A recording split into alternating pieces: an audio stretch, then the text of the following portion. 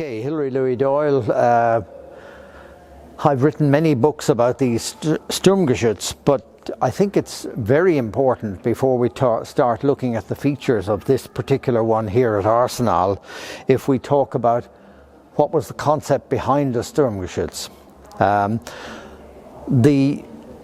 In the period before the Second World War, in 1936-37, the Germans were very concerned about the construction of the big defence lines in France, obviously the Maginot Line with all the fortifications, and the more particularly the defences on the Czech border, because they had ambitions to take back the Sudetenland from Czechoslovakia, and the Czechs were building these big fortified bunkers along the border, and the calculations that had been done of the losses that would be involved in assaulting those border fortifications really concerned the authorities. So they wanted a solution to this, and when the political situation got very intense leading up to the 1938 agreement,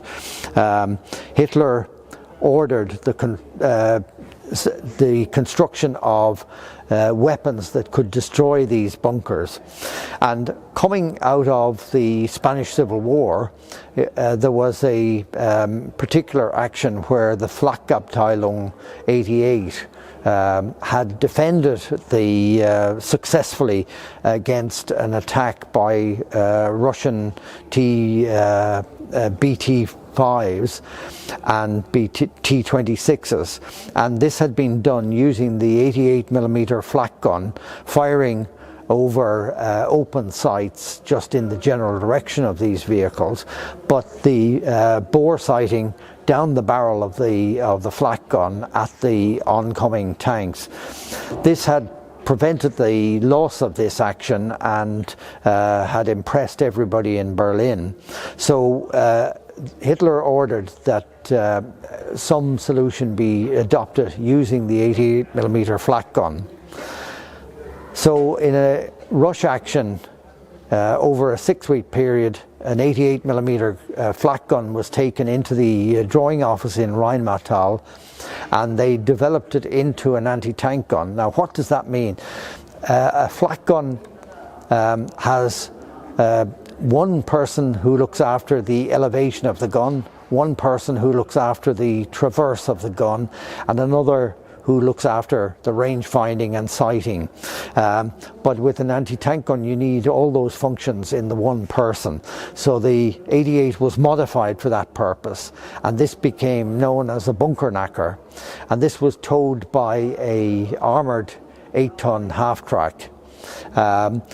And never actually really got used at that period because the agreement was reached over the Sudetenland, and the 88 towed by the flak then became part of the regular anti-tank units and for attacking of bunkers in the invasion of France later on.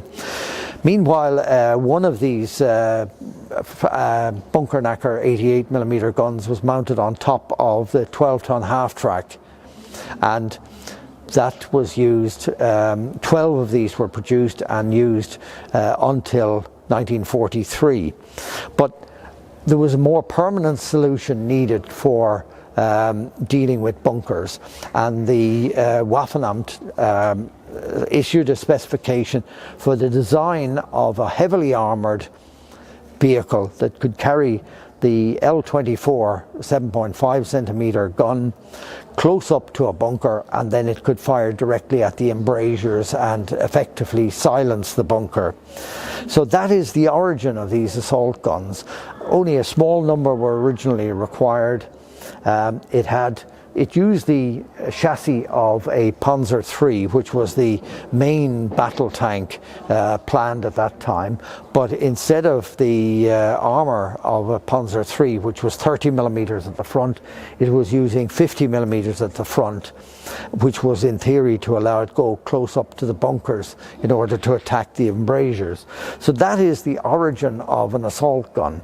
Later on they became used for many different things, and obviously when they got upgraded with a long barrel gun, they were very effective in anti-tank defence. So almost by accident the Germans had a solution to the large numbers of tanks they were having to fight against in Russia with the long barrel gun. But this particular version with the L-24, that was primarily for bunkers and for infantry emplacements and infantry concentrations, soft skin vehicles and the like. But it was much appreciated by the troops. They liked it, and it was very easy to disguise because of the low silhouette. So let's take a look at some of the internal components.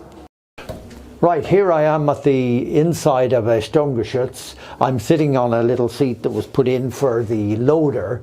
The loader sat here on the right side of the vehicle. The ammunition bays were up here beside the gun. Here you can see the big bridge that was placed across the chassis onto which the gun was mounted. It's a somewhat typical artillery arrangement for the gun. It's not something you would see in a tank, but it was a very stable platform and gave very good service. And this particular bridge arrangement was continued on all the way through the Sturmgeschütz production, even when they put the long 75 gun in here.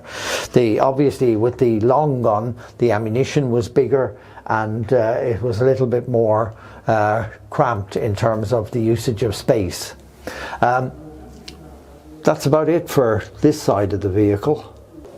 Now I'm sitting in the commander seat here on the left side of the vehicle, and the commander also in these Sturmgeschütz was responsible for the radio here on his left shoulder.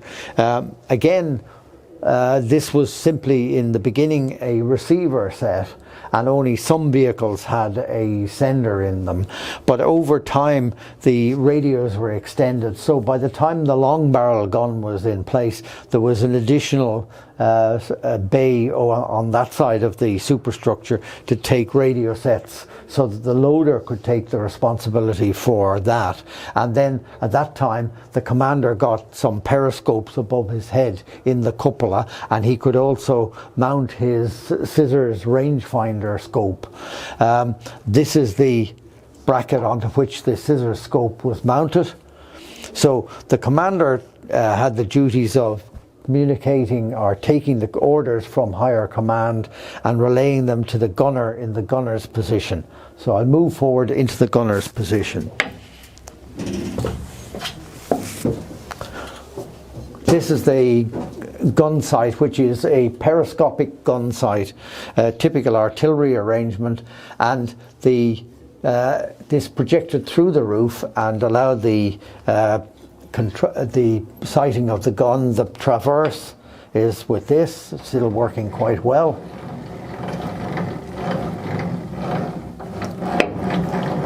And this is the elevation. Okay. Originally, in the early versions, the first two models of the Sturmgeschütz, this armour plate didn't exist. There was an actual opening here with the gun sight, could see through that, but this was improved with the sight that could project out over, gave better protection to the gunner. So I'm moving now to the driver's position.